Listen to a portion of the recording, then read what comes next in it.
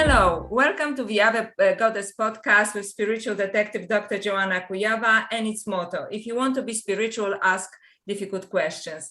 And today we have a pleasure to have Veronique Flayol again with us for a second time, and I will leave a link for Veronique's first interview here.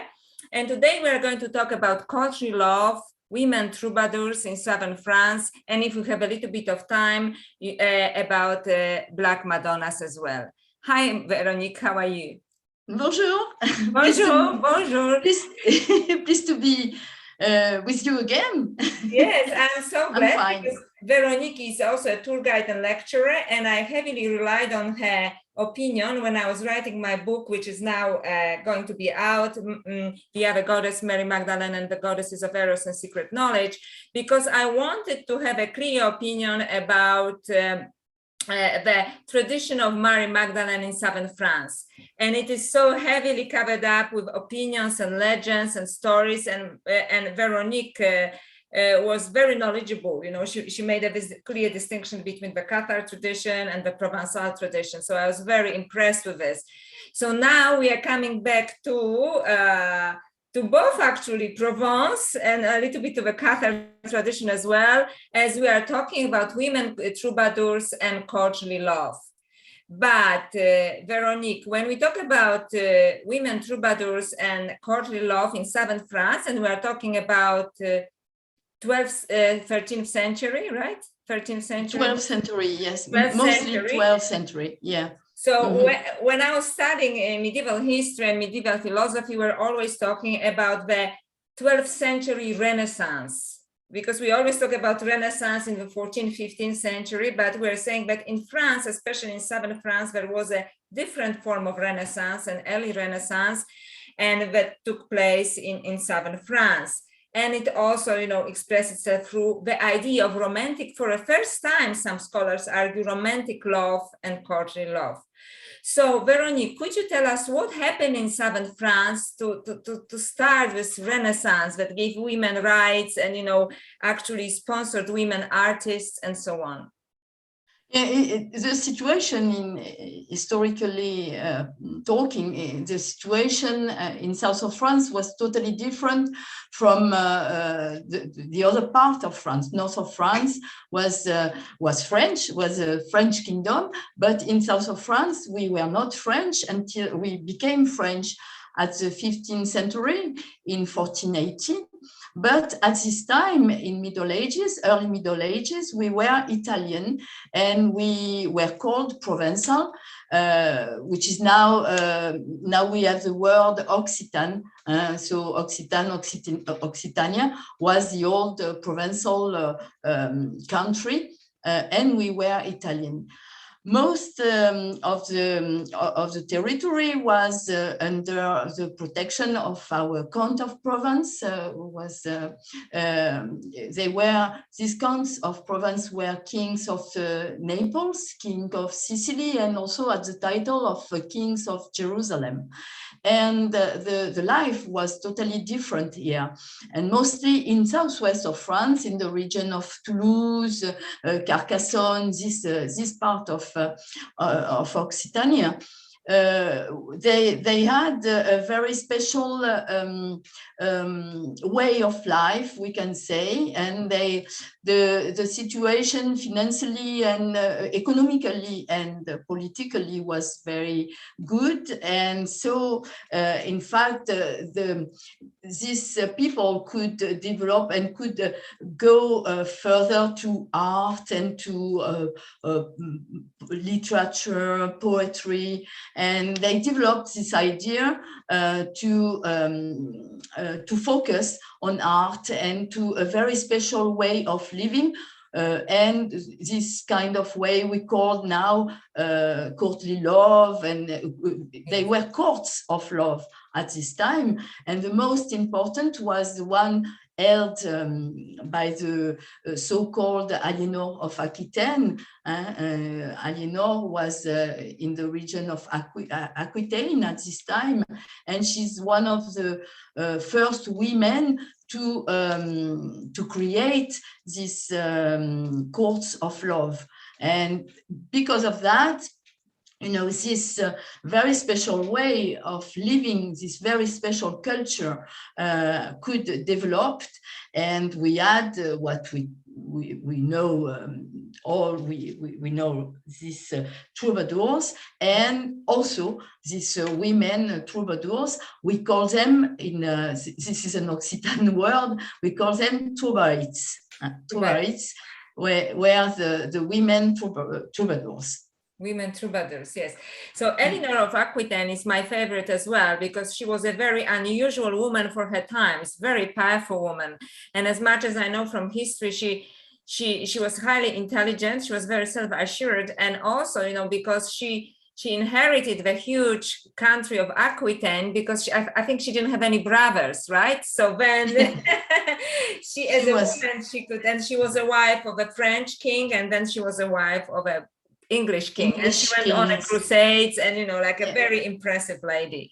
She's someone very important in at this time, and also in history, because she's the one for your topic about the women troubadours and the poetry in general. She was someone very interested in developing this art, and she welcomed all these troubadours, these junglers, you know, this very special people who were, in fact, they were not only poets or troubadours, they also were people who were like our journalists nowadays, because they traveled a lot through the regions in different parts of Occitania, and they could give and deliver some news about the places.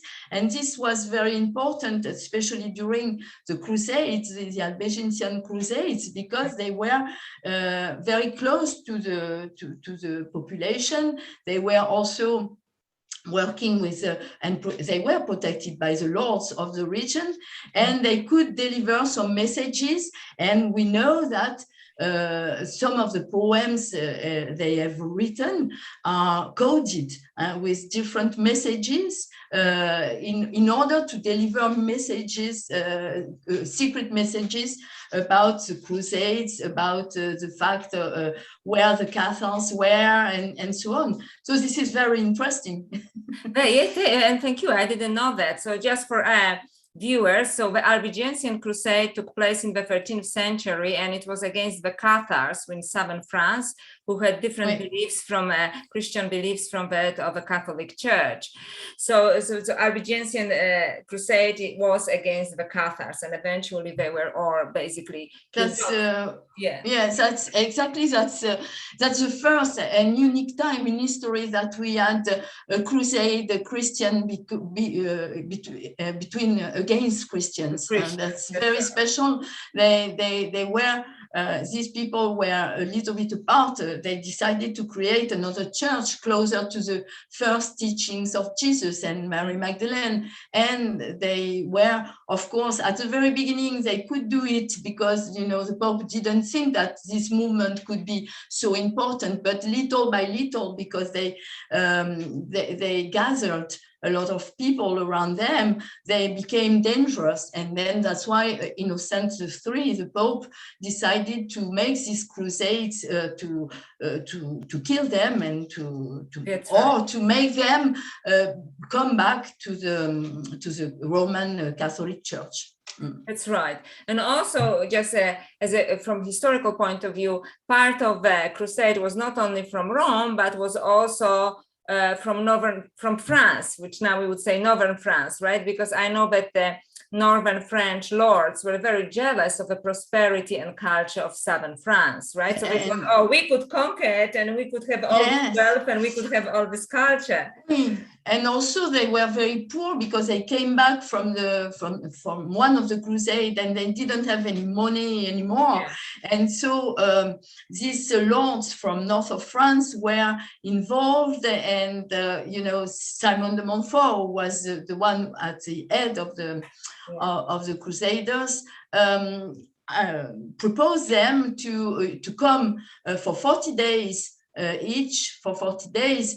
And the rules was if you take the property or the goods of one of the Cathars, you can keep it for you. So of course you imagine, you're totally right when you say that they were really interested to come. It was also not, I don't think it was mostly for a Catholic or for a religious purpose, but mostly for, you know, an economic purpose and to have more money, because as you said, this region of Occitania and Provence was very, very wealthy and very prosperous at this time. And so it was a good motivation for them to come. And I guess it was also, Southern France at the time was very progressive, because, as you said, women in Southern France had very prominent positions. You know, they could be artists, you know, and even the ladies, you know, in the courts, you know, were artists, right? Were the troubadours. So maybe we can go, you can continue with. They were not only artists, but they could really have the same rights as men. They could have they could run their own business. They can inherit also from their family. They were totally equal on the same path as men at this time, because the philosophy here in south of France was totally different. They considered the women as important as men, and especially in the Cathar middle, where there was no difference between men and women, and these women could do exactly the same as men at this time. So, and also we had the population, and we had also these lords and you know, their wives who were very wealthy and who were interested in developing this art of courtly love. And we have in fact, this courtly love, by the way, in Occitan is fin amour, which is, I think, a beautiful word, fin amour. Fin amour. Yeah. Fin amour, yes. Fin amour. And so, yes, they were practicing here the fin amour. And we had, in fact, at the very beginning, of course, it was men were concerned. So we had the troubadours who were poets, but also musicians. And they wrote these poems and songs in Occitan, of course, in Provençal, and also in prose, which is a bit different. There were not poems like this, but it was written in prose. And we had, in fact, two kinds of songs. We had the vidas. What we call vidas means lives, so the lives, were poems where they were explaining their life. So that's why also we have information about the way they live at this time. So it was also for historians, it's important to study this vidas, because we have, in fact, it's like biographies of the poets, also of the people they were singing about. And we have also another kind of songs, which was, in fact, the razos, and razos means reasons. In fact, they were in these special poems and songs, they were explaining the meaning of their poems. So we know exactly why they were singing, what they were singing, and you know, so it was very interesting to have these two different kinds of songs, one explaining the lives and one explaining the reasons. So it's a combination of this that is really interesting. And so these poems were transmitted mostly at the very beginning orally, and by the junglers, by the troubadours who were going from one place to another. But after, they have been kept and written in what we call cansos, and cansos were little parchments, like a folder, you know, it was written on small scrolls of parchments, and we have 15 of them still left. They have been written at the 14th century, so I mean a little bit later. But at the very beginning, it was just transmitted orally by the people who were singing and who were traveling, troubadours and Troubaritz, the women. So this is very special. We have this idea of the troubadours, and the courtly love, in fact, is the way that they thought that, in fact, this love enables the people, the population. It was nice to have open hearts and you know, to be better, to live in a better society at this time. And so the purpose was to deliver the message of love first. And after, of course, it becomes a little bit like, you know, romantic, mostly romantic. It means that, in fact, these troubadours were singing and were in love with one of the, you know, the owner of a castle, someone very important, a woman very important. But it was, of course, an impossible love. But this was unrequited love. Unrequited love. We just yes, admiring from afar. But let me just, because I want to just clarify something. First of all, these songs for the first time were written in vernacular, which means in the language of the people rather than in Latin, exact, right? Yes, yes. So everybody could understand, right? So it was very democratic, right? Because everybody could understand it. Right? Because yes, of course, because yes, it was the language of the local people. Yes. And that's the same for the crusade, for the Cathars. They preach in the local language, and the Roman Church was preaching in Latin. They couldn't understand anything at this time. That's why it was, for them, it was easier to follow this bonhomme and bonne femme who were preaching in vernacular, in the local language. Mm-hmm. And another question I have for you, so you can clarify it for me and for the viewers as well. So we have Languedoc, which is the language of southern France. And it was the language that people use in Provence, in southern France, but was it also in Western, in Occitanie? Was it also there when during, you know, closer to Toulouse? Was it the same language that was used in southern France? It was the same language. Okay. Yeah, at the very beginning, we had, it is called now Occitan, but it was Provençal. It means that we were, as I said, we were Italian at this time, all this part, and also a part of Catalonia just after the border, after the Pyrenees in Spain.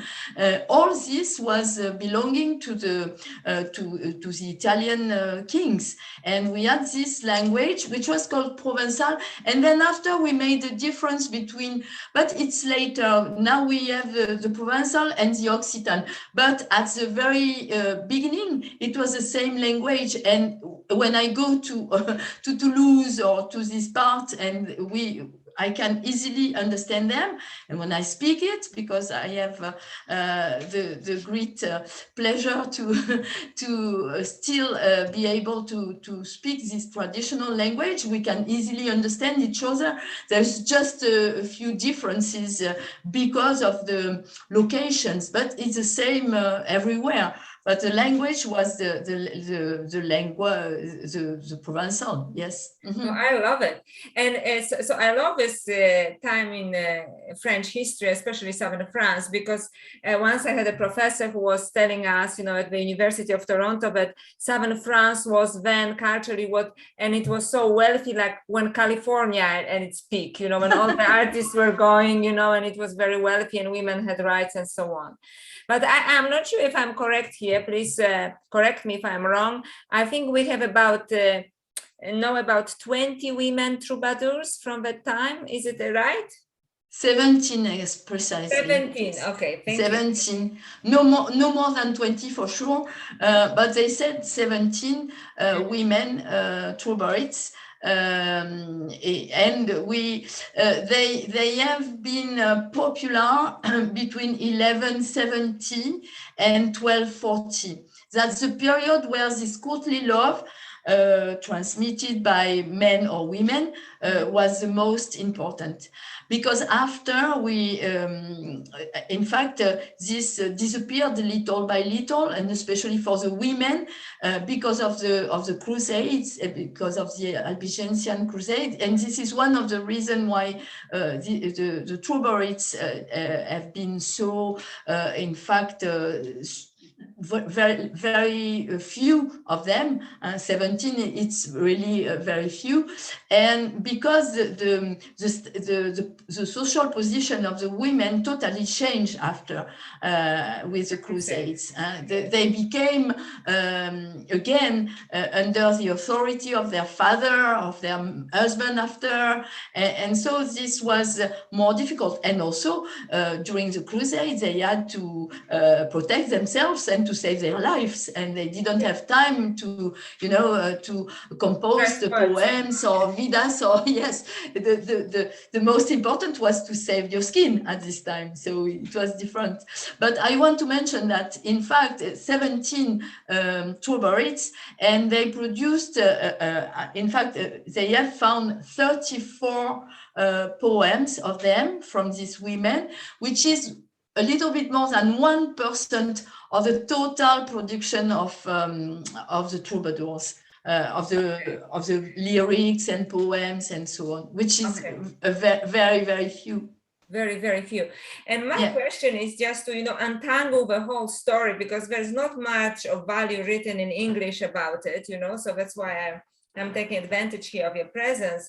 So would you clarify this for us? So these women troubadours, were they Troubaritz? This is how do you call them? Troubaritz, yes, Troubaritz. Thank you. Troubaritz, were they Cathar women or supporters of Cathars, or is just unrelated completely?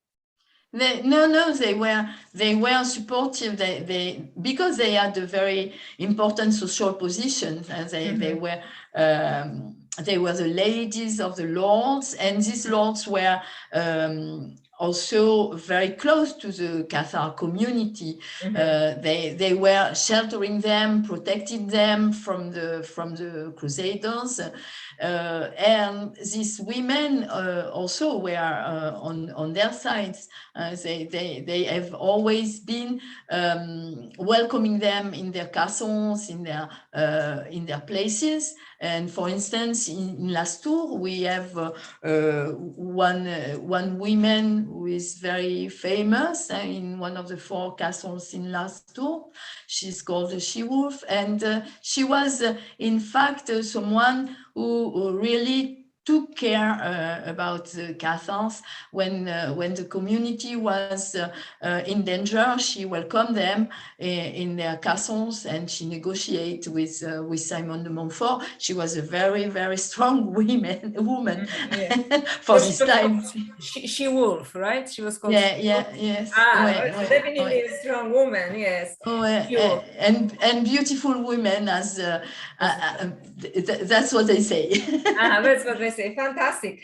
So I really, really appreciate your knowledge, Veronique. So you say that you before we started recording, you said that you have some samples actually of Cathar music from the Middle Ages, and you also have students and that. So would you like to move on to your PowerPoint?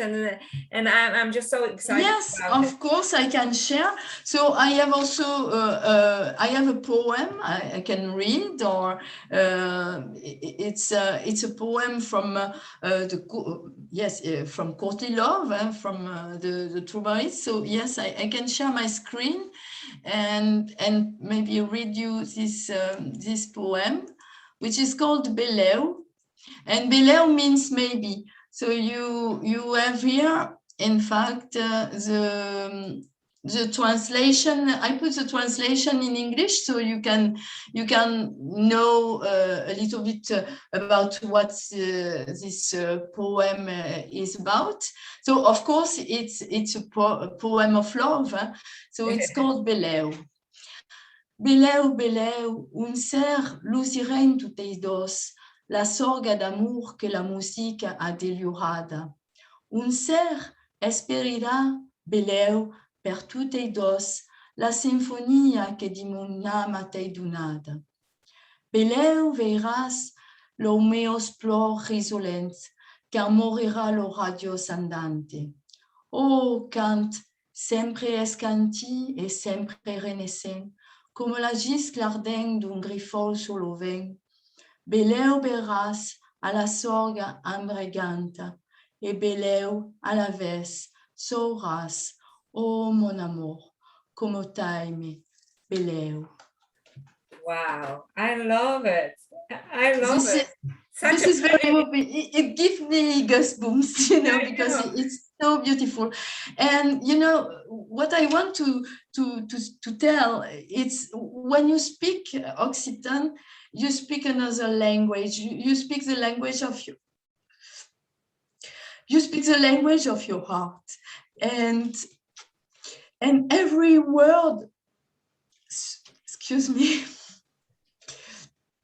every word you pronounce is a word that comes from your heart. I really understand these people who were living at this time, because they were probably more on their hearts than we are now.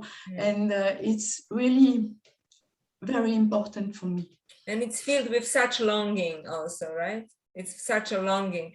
But I want to really, from the bottom of my heart, to thank you for reading this, because I always wanted to hear that language and I never did. So it's just such privilege, you know, and for our viewers as well, I really, really appreciate it, you know, and I completely understand, you know, that you're moved, because I am moved too, and I feel actually in awe and feeling really privileged. Thank you for that. Thank you. That's a great pleasure for me, and that's the language of my ancestors. So it's also very important to me to share this, and especially for people who really want to understand the way they were living at this time. It's a beautiful language. That's, for me, that's the language of the heart, and the language which makes the links between me and the old generations, you know, behind me. So it's very important. And I think, but thank you for giving me the opportunity to express myself. And you know, and I am a great believer also that, you know, by learning the language, or even in my case, just listening to this language, it then the whole period, the whole country opens up to you. It shows you its soul, right? Otherwise, we just read Provence, Occitan. But when you hear the language and when you can speak the language, it just, the soul of the land opens to you, the soul of the people that lived in the past, right? The lady troubadours, you know, and the people who lived there as well, you know. And we said the beautiful. And so no surprise that, you know, they invented courtly love, which later, you know, in the 19th century became the romantic love, right? But the romantic love, yes. They invented it in the 12th century, right? Yeah, yes. So I can also share with you, this is a music, in fact, from women. We have found only one piece of music with both the lyrics and the music. This is the only one that they have found. We have, as I said, 34 poems, but only one of them is still has been found with the partition of the music, so we know exactly how it was and how it was played. And this poem is called A Cantar Me. It means I will song of this, I will testimony of this. And it has been written by one of the most famous among the 17th women Troubaritz we had. Beatrice, the Countess Beatrice de Dia, was one of the most famous.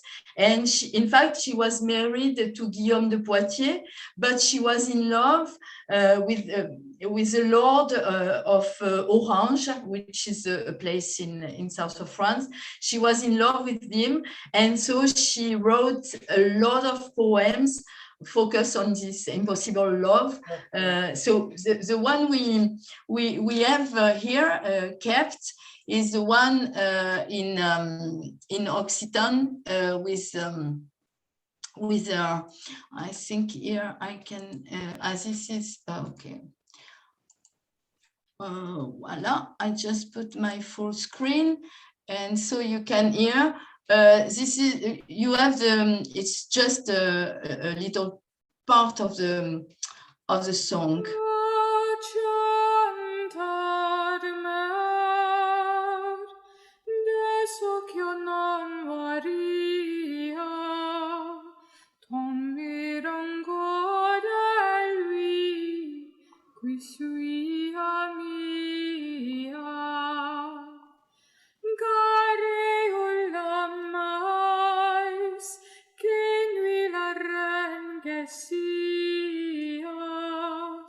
Mas lui non val meces ni codesia,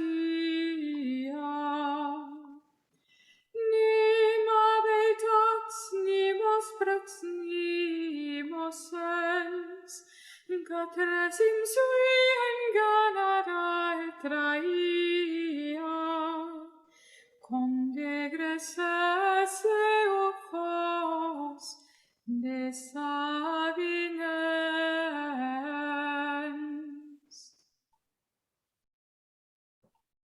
Voilà.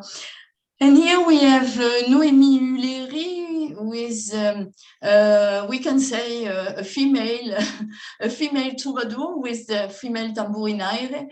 She's a part of my association, Santo Maddaleno, and she plays the traditional instrument, the tambourine, which is, in fact, the Provençal drum. And it is played with the galoubet. We call it galoubet. It's a three-walls flute made in Hollywood. And she is, I recorded this video. She's playing a very old 14th century music, which is called Estampilles and Junglares. And we can hear a little bit of it. I know that the music starts, we say, somewhere. yeah. Do you want to keep that, or do you want? Yeah, we can. I think it was 1 minute 28 seconds or something. 1 minute 28, yes. Okay.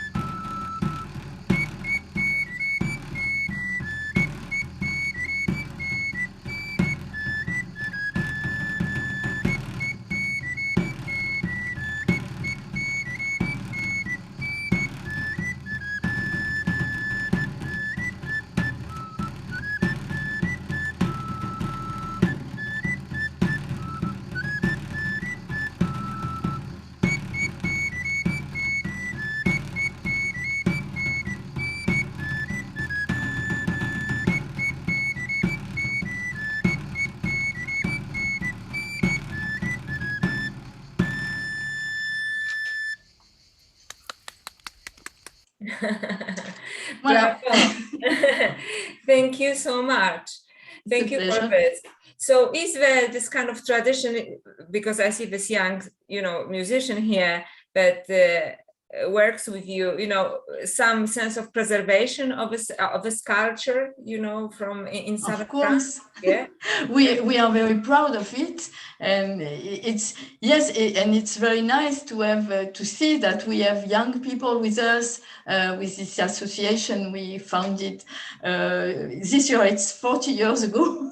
So yeah. I was 15 at this time. I'm 55, so 40 years ago when we founded this association, tradition dedicated to Mary Magdalene, and to also to hold up the traditions, the Provençal traditions.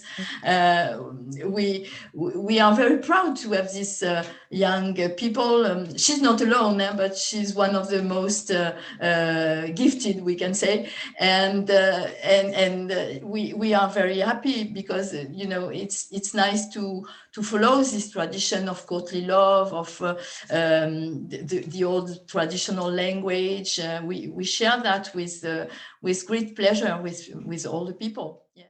And I think we are coming to the end now. And I'm great appreciation of your knowledge, and thank you for sharing this beautiful music and poetry and knowledge about women, and who are poets and troubadours, Troubaritz, right? Troubaritz, yes. Troubaritz. and also a little bit more clarification about the connection of Cathars, or at least they're protectors of Cathars, and that they lost their status after the Albigensian Crusade. So this is very interesting. Thank you. And perhaps sometime soon we can have another conversation about the Black Madonnas, maybe. So we can plan for this, because we're coming to an end now. And thank you so much. So I really, and how can, because of course you are a working person, you guide tours both into the Cathar country and Provence, especially associated with Mary Magdalene, because Veronique is actually very devotional towards Mary Magdalene. So how can viewers find you? Yeah, so I have a website. Maybe you can put the link on your YouTube channel, which is magdalenesacredjourneys.com. I am also on Facebook under my name, Veronique Flayol. You can find me and make a friend request to follow my work. And yes, I really enjoy to do what I do. I'm working on Magdalene's footstep in Provence here, but also in the Cathar country. And this is, I think, coming here is the best way to feel really. Of course, an interview is perfect, but nothing better than the real experience, to come here to feel the way we are living, and to feel this connection with Magdalene and with these people of Southwest, this community of Cathar who lived at this time, and with a lot of love and a lot of simplicity. Yes, yeah. Thank you so much. Thank you so much. You're welcome. Until next time, Veronique. Oui. And thank you so much. À bientôt. À bientôt. Au revoir.